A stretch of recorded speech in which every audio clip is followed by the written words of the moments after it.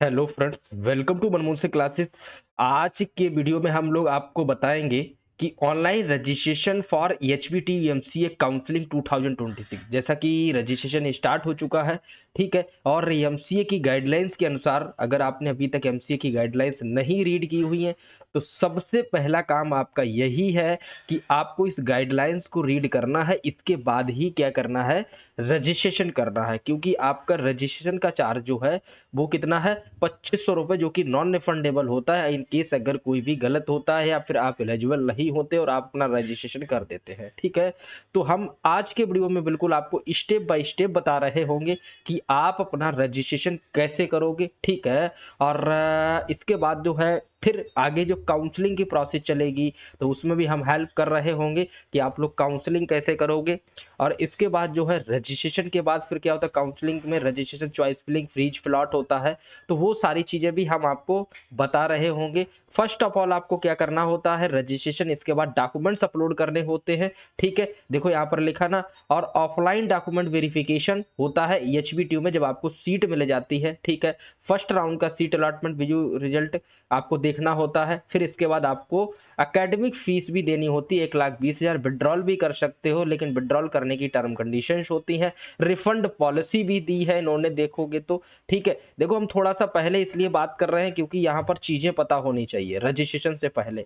Refund policy बहुत ध्यान से पढ़ना, चाहे वो किसी भी कैटेगरी का छात्र हो, सभी के लिए है। क्योंकि देखो इन्होंने 5,000 रुपये बोला है प्रोसेसिंग चार्ज कटेगा। ठीक है, तो इस रिफंड पॉलिसी को पढ़ो। अगर विड्रॉल करते हो 15 डे से कर लेते हो, 15 डे से पहले नोटिस निकलने से, तो 80% का विड्रॉल होगा।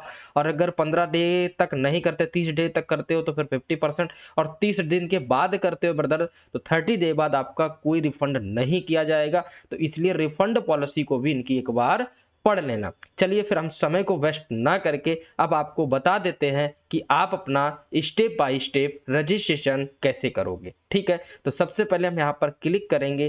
क्लिक करने के बाद आपके सामने कुछ इस प्रकार का पॉपअप खुल के आएगा। फ्रेश कैंडिडेट रजिस्ट्रेशन पर क्लिक करना है। क्लिक करने के बाद आपको ये टर्म कंडीशंस रीड कर लेनी है और आई एग्री पर क्लिक करना है और आगे बढ़ जाना है। ठीक है, इसके बाद कुछ इस प्रकार का पॉपअप खुल के आएगा। चेक ऑल पर क्लिक कर लेना है और आई एग्री पर क्लिक करके यस बटन पर प्रेस करना है।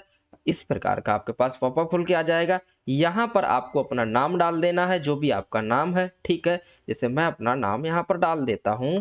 ठीक है, और यहाँ पर अपना फादर के नाम डाल देना है। ठीक है, जो भी आपके फादर का नाम है।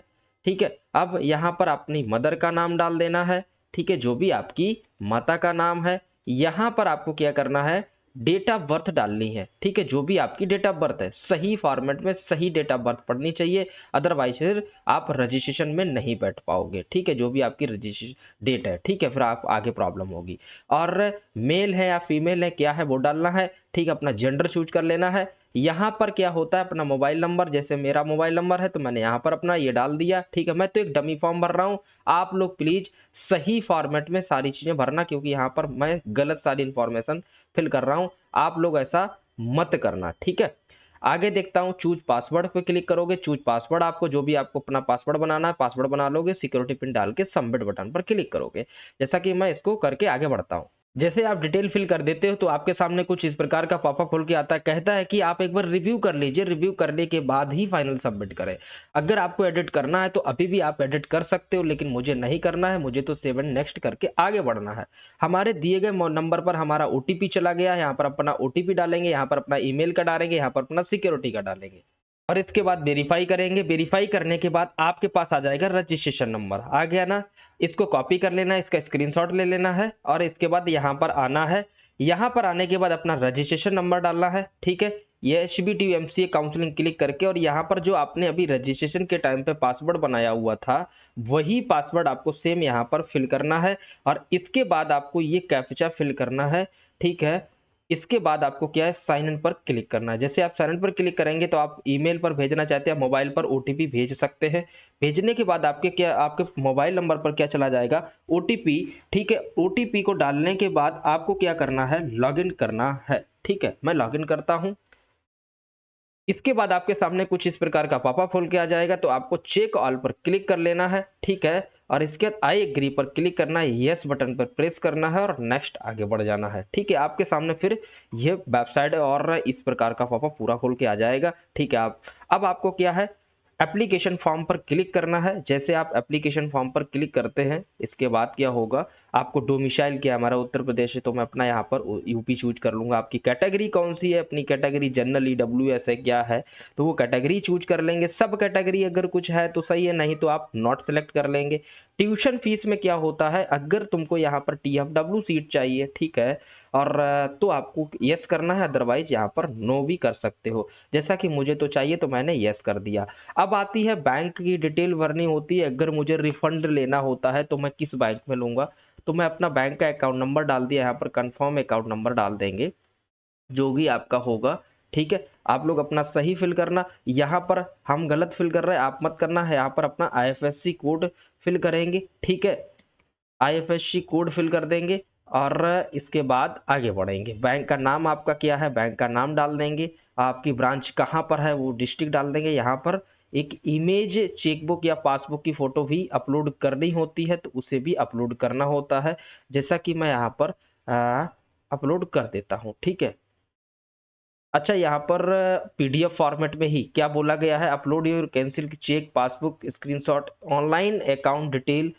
ठीक है, वो भी डॉक्यूमेंट PDF में। चलिए हम PDF फॉर्मेट में अपलोड कर देते हैं। यहाँ पर आपको भी ध्यान रखना है, यहाँ पर PDF फॉर्मेट ही अलाउ है, तो आपको PDF फॉर्मेट में ही इनको अपलोड करना है। ठीक है, तो मैं यहाँ पर अपलोड कर दिया और सेव एंड नेक्स्ट पर क्लिक करता हूँ, यस बटन प्रेस करता हूँ। इसके बाद देखिएगा यहाँ पर हमारे सामने कुछ इस प्रकार का सब कैटेगरी। अच्छा, सब कैटेगरी मुझे कुछ नहीं, नॉट अप्लीकेबल पर क्लिक कर देना है और सेव एंड नेक्स्ट और यस बटन पर क्लिक कर देना है। ओके, इसके बाद क्या होगा, आपको क्वालिफिकेशन डिटेल आपको सही फॉर्मेट में सही फिल करनी है। यहाँ पर देखो, bachelor degree under 10+2 3 and 4 year pattern of education. तो आप ध्यान सुनिएगा, यहाँ पर आपको जो है क्या फिल करना है समझो।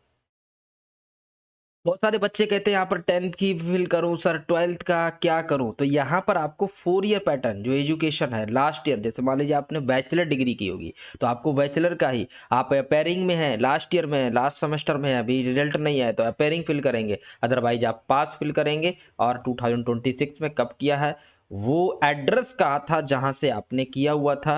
ठीक है, तो वो एड्रेस भी डालना है। ठीक है, तो जो भी आपका एड्रेस था वो यहाँ पर अपना एड्रेस डाल देंगे। यहाँ पर रिजल्ट आपका परसेंटेज मोड था क्या था, तो वो भी यहाँ पर डाल देंगे और कितना प्राप्तांक था वो भी आपको यहाँ पर डालना है। ओके, अब क्या करना है, सेव एंड नेक्स्ट पर क्लिक करना। ध्यान समझो भाई, जैसे मैं बता रहा हूँ सेम वैसे ही स्टेप को फॉलो करना, आपका MCA का रजिस्ट्रेशन हो जाएगा। ठीक है, पूरा फाइनल प्रिंट करके दिखाऊंगा और लास्ट में भी कुछ चीजें और है वो भी क्लियर करूंगा। ठीक है, अब आपने एक एग्जाम दिया होगा NIMCET का, कौन सा एग्जाम दिया होगा, NIMCET का।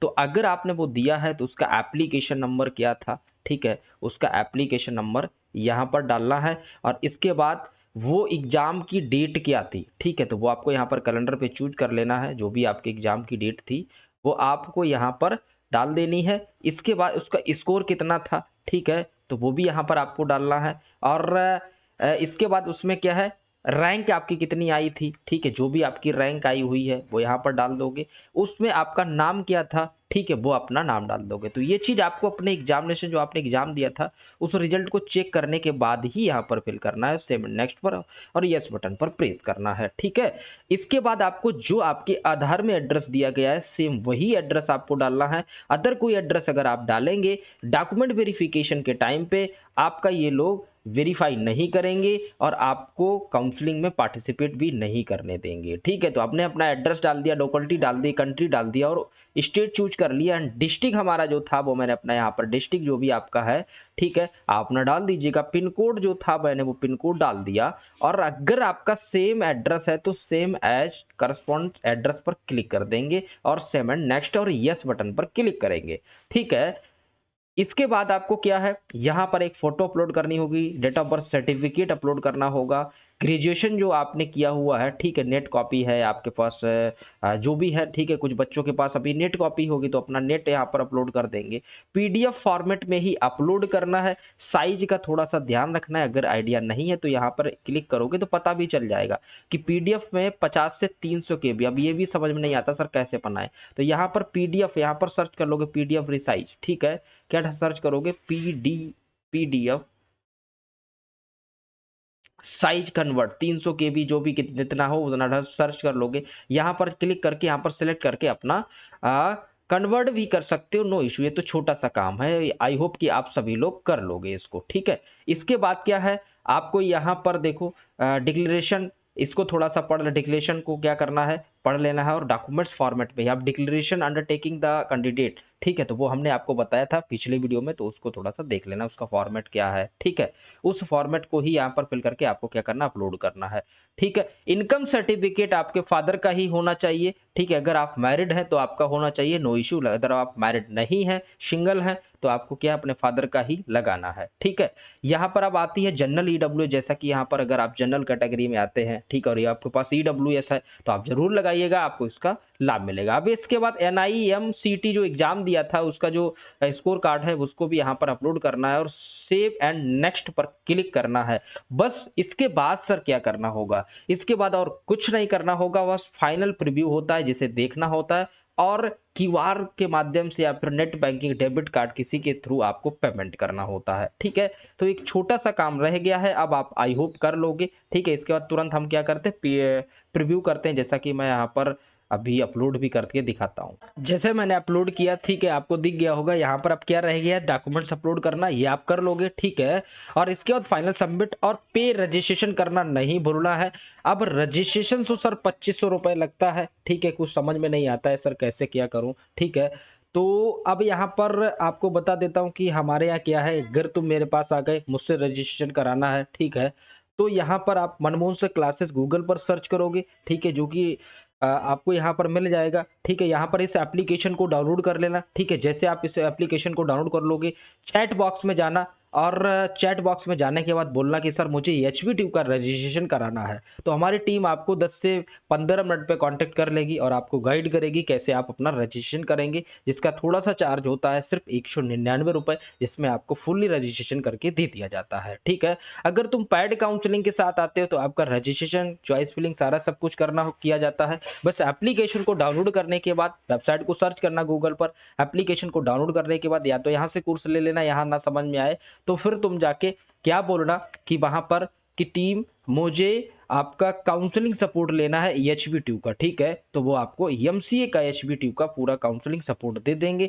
जैसे ये चल रहा है सेम ऐसे 1519 रुपए का है, जिसमें आपका HBTU फुल काउंसलिंग पैक को ज्वाइन करने के बाद आपको सारा काम यहीं से किया जाएगा, फिर आपको कुछ भी करने की जरूरत नहीं होगी। आपको एक लाइव प्रेडिक्टर मिलेगा जिसमें आप अपनी रैंक के अकॉर्डिंग सारी चीजें चेक भी कर सकते हैं और पूरा काउंसलिंग करा सकते हैं। ओके दोस्त, मिलते हैं हम लोग नेक्स्ट वीडियो, तब तक के लिए बाय बाय, टेक केयर।